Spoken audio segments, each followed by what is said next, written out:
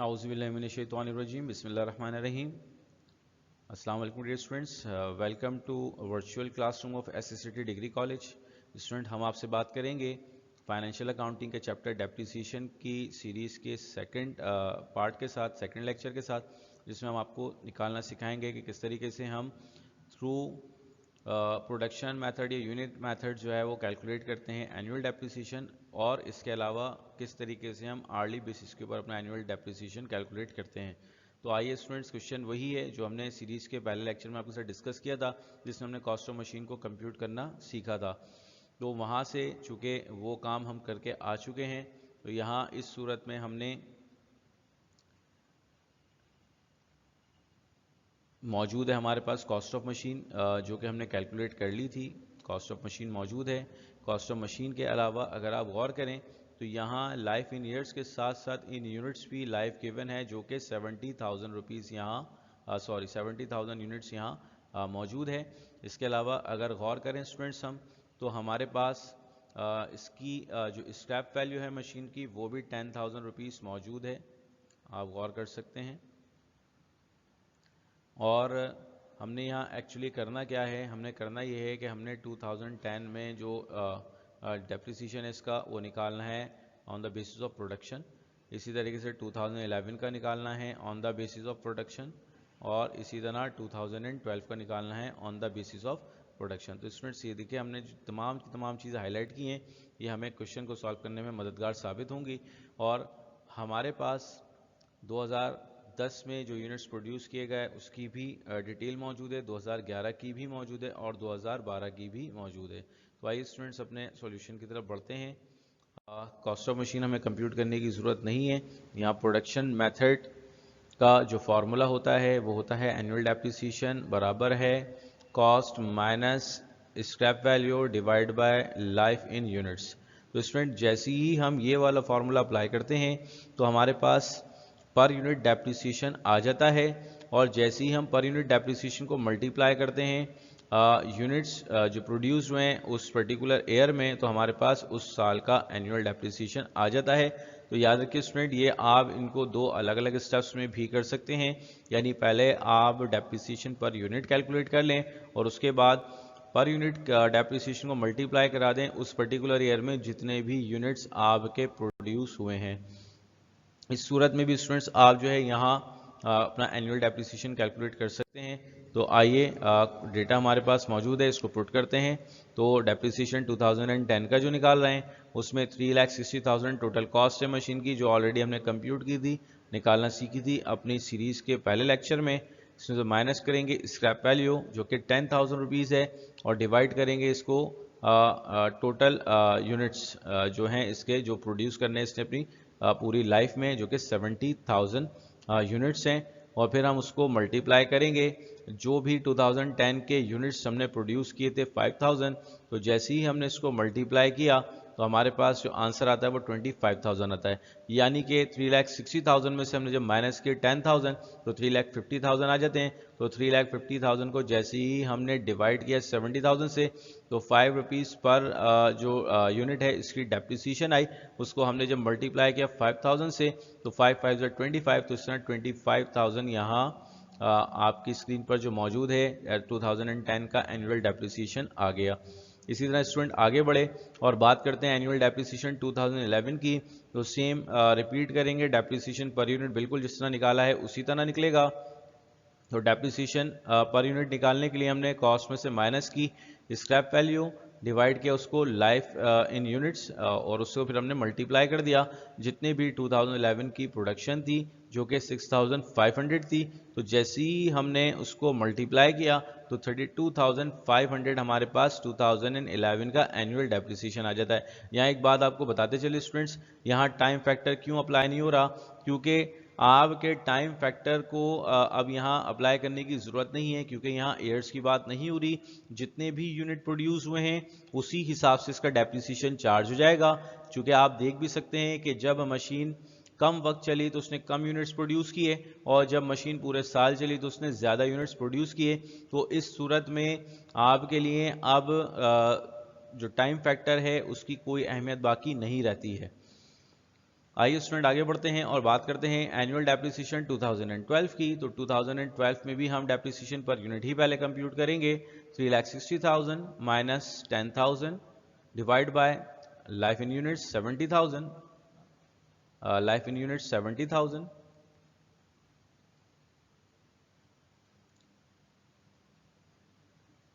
तो ये छोटा सा एरर है, टाइपो एरर। तो ये 70,000 स्टूडेंट्स अगेन, और जैसे ही हमने 70,000 को डिवाइड किया और फिर हमने इसको मल्टीप्लाई किया तो 35,000 जो है इसकी यहाँ टोटल डेप्रिसिएशन आ जाता है फॉर द ईयर 2012। आइए स्टूडेंट अब आगे बढ़ते हैं और बात करते हैं अपने एंट्रीज को रिकॉर्ड करने की। तो रिकॉर्ड किस तरह किया गया, तो अगेन एडजस्टिंग एंट्रीज हैं, दिसंबर की 31 को बन रही हैं चूँकि कंपनी कैलेंडर ईयर फॉलो करती है। 2010 depreciation expense debit, allowance for depreciation credit हो जाएगा 25,000 से, और उसको हमने रिकॉर्ड किया depreciation expense. Same goes for 2011, depreciation expense debit हो जाता है और अलाउंस फॉर डेप्रिसिएशन जो है वो क्रेडिट हो जाता है विद द अमाउंट ऑफ ₹32,500। इसी तरीके से स्टूडेंट्स अगर हम आगे बढ़ें तो दिसंबर 31 2012 की बात करते हैं तो यहाँ भी डेप्रिसिएशन एक्सपेंस डेबिट हो जाता है और अलाउंस फॉर डेप्रिसिएशन क्रेडिट हो जाता है 35,000। उम्मीद करते हैं स्टूडेंट ये बात भी आपकी समझ आई होगी। आइए आगे बढ़ते हैं और अब इसकी क्लोजिंग एंट्रीज की बात करते हैं।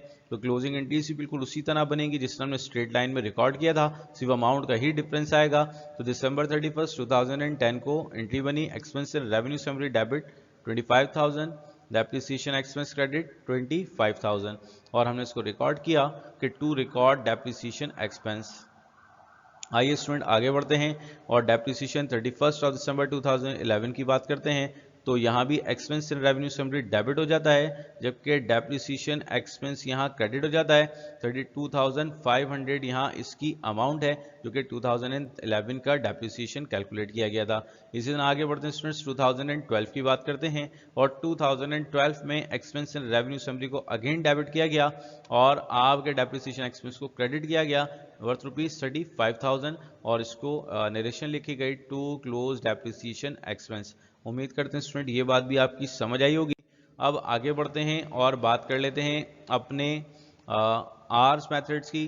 तो आर मेथड में भी हम बिल्कुल सेम वही फॉर्मूला अप्लाई करते हैं, सिर्फ और सिर्फ जो डिफरेंस हमें नज़र आएगा वो हम लाइफ इन यूनिट्स की जगह लाइफ इन आवर्स को यहाँ कंसीडर करेंगे, बाकी सेम फॉर्मूला अप्लाई हुआ जाता है यहाँ। तो आप देख सकते हैं स्टूडेंट्स अपनी स्क्रीन पर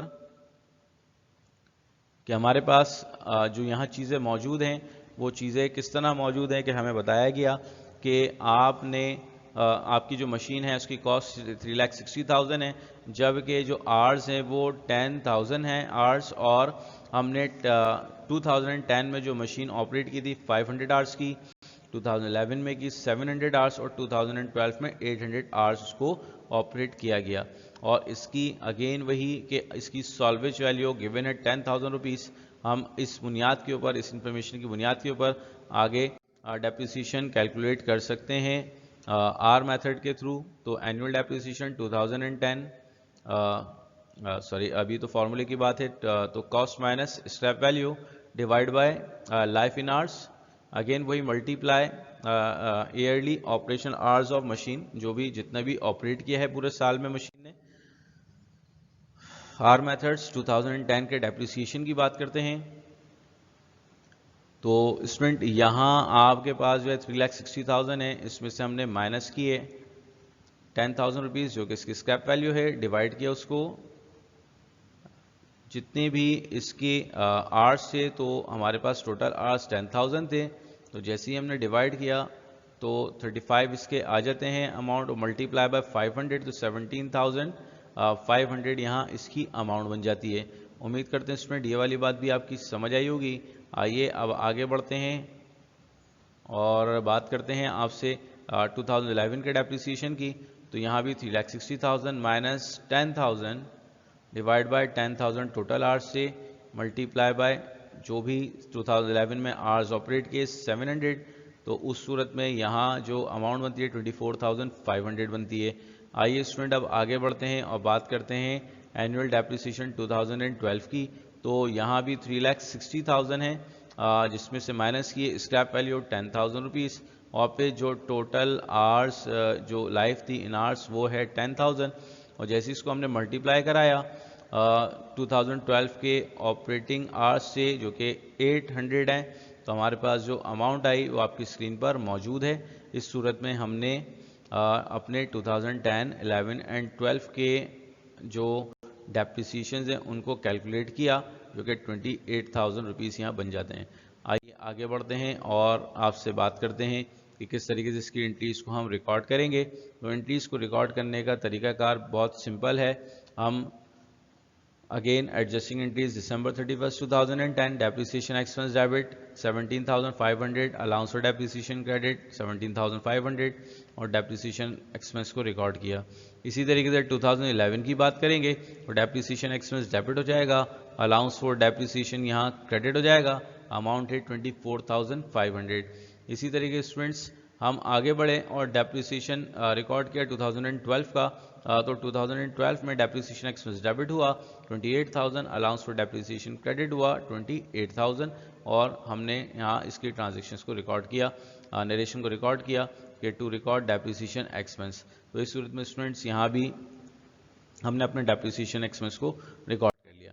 आइए स्टूडेंट अब आगे बढ़ते हैं और बात करते हैं क्लोजिंग एंट्रीज की। तो स्टूडेंट्स यहाँ डेप्रिसिएशन एक्सपेंस जो है वो क्लोज करेंगे, तो एक्सपेंस एंड रेवेन्यू समरी यहाँ डेबिट हो जाएगी 2010 में, और डेप्रिसिएशन एक्सपेंस यहाँ क्रेडिट हो जाएगा 17,500 से, और टू क्लोज डेप्रिसिएशन एक्सपेंस। इसी तरह 2011 की तरफ बढ़ते हैं और यहाँ एक्सपेंस एंड रेवेन्यू समरी यहाँ डेबिट होता है और डेप्रिसिएशन एक्सपेंस यहाँ क्रेडिट होता है 24,500 से, और टू क्लोज डेप्रिसिएशन एक्सपेंस। इसी तरह स्टूडेंट आगे बढ़ते हैं तो डेप्रिसिएशन को अगेन क्लोज करेंगे 2012 में, तो एक्सपेंस से रेवेन्यू समरी डेबिट हो जाएगा और आपका डेप्रिसिएशन एक्सपेंस यहाँ क्रेडिट हो जाएगा 28,000 की अमाउंट से, और हमने यहाँ भी इसको क्लोज किया टू क्लोज डेप्रिसिएशन एक्सपेंस। तो इस सूरत में स्टूडेंट्स ये क्वेश्चन यहाँ इख्तिताम पजीर होता है। इंशाल्लाह नेक्स्ट क्वेश्चन में आपके साथ जो है वो डिस्कस करेंगे डिमिनिशिंग बैलेंस मेथड को, और उसके अलावा फिर हमारे पास सम ऑफ द ईयर डिजिट की कुछ वैराइटीज़ होंगी, उनको डिस्कस करेंगे। तो स्टूडेंट्स यहाँ इस क्वेश्चन को हम मुकम्मल कर रहे हैं। अब आपसे दरख्वास्त है कि आप जो भी इस हवाले से जो भी आपकी क्यूरी है, जो क्वेश्चन है, आप हमसे कर लीजिए।